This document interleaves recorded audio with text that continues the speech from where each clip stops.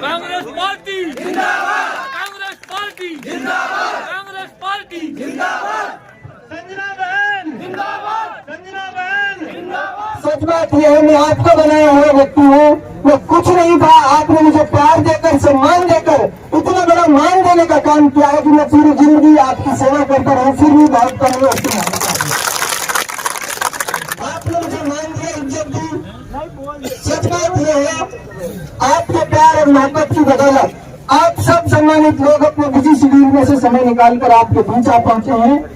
अब मैं सिर्फ इतनी बात आप लोगों से गुजारिश करूंगा, समय की सीमाएं हैं, बहुत कुछ बोल सकते हैं, बोलना चाहते हैं, लेकिन समय की सीमाओं को ध्यान में रखते हुए सिर्फ इतना कहूंगा कि जिन परिस्थितियों में आज मुल्क खड़ा है, जिन हालातों में आज पूरा देश खड़ा है, मुल्क एक चौराहे पर खड़ा है जहां से रास्ता नजर नहीं आ रहा।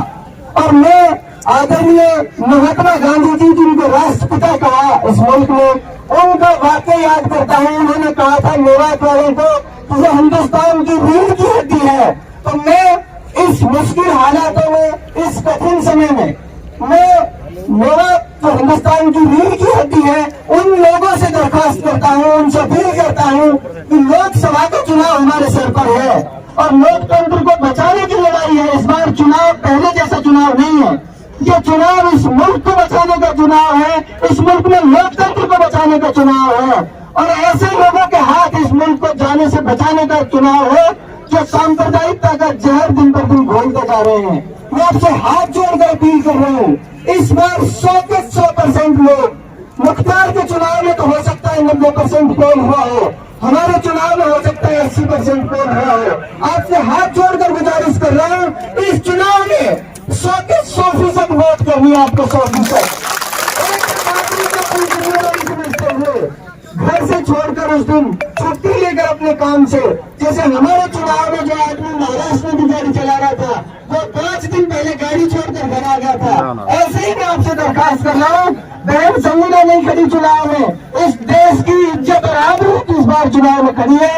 आप भाइयों से दरखास्त कर रहे हैं, संजना बहन को जिताकर लोकसभा को जाकर इनको ताकत देने का काम करना है और हिंदुस्तान की रीढ़ की हड्डी को ताकत देने का काम करना है। सबको सलाम।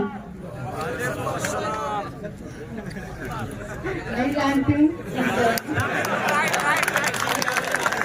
जानती हूँ सीख जाएंगे आप, सिखाओगे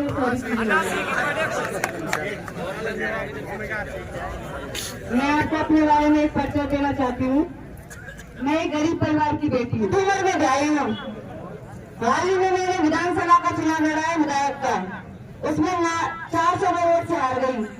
वो भी कैसे भी लगा लो, ईश्वर की मर्जी नहीं थी या फिर कैसे भी लगा लो, बेईमानी से हरा दी, बेईमानी से हराई थी। मेहनत भी इस प्रकार की थी, ईमानदारी से चुनाव लड़ा था। सोचा नहीं था कि हम हार जाएंगे, क्योंकि मेहनत तो हम सब, हमारे कार्यकर्ताओं ने, हमने जी जान रात में मेहनत की, क्योंकि इस मुकाम के लिए लोग अपनी उम्र भूल जाते हैं।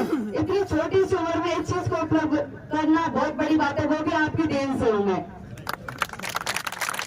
और चुनाव हारने के बाद में सबसे बड़ा दुख तो ये हुआ कि मेरे पिताजी 60 साल उम्र के थे, चुनाव हारने के बाद में साइलेंट अटैक से खत्म हो गए। चुनाव हारने का दुख तो था ही, पिता का भी साया ऊपर से उठ गया।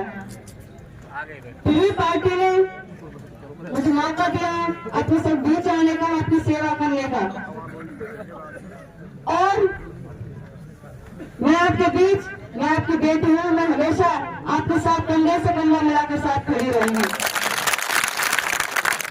आपके बीच में आप जब याद करोगे हमेशा आपके साथ खड़ी रहूंगी, क्योंकि मुझसे ज्यादा आपकी समस्या कोई समझ नहीं सकता, क्योंकि उस गरीब की बेटी हूँ जो मेरे पिताजी ट्रैक्टर चलाते थे। और आने वाले 19 तारीख को आपकी बेटी को ज्यादा से ज्यादा वोट दिलाना, बहुमत दिलाना, जिससे कि मैं आपकी आवाज संसद में उठा सकूं। मैं ज्यादा ना कुछ कहता हूँ, झोली पसार के भीख मांग रही हूँ, अपनी बेटी को ज्यादा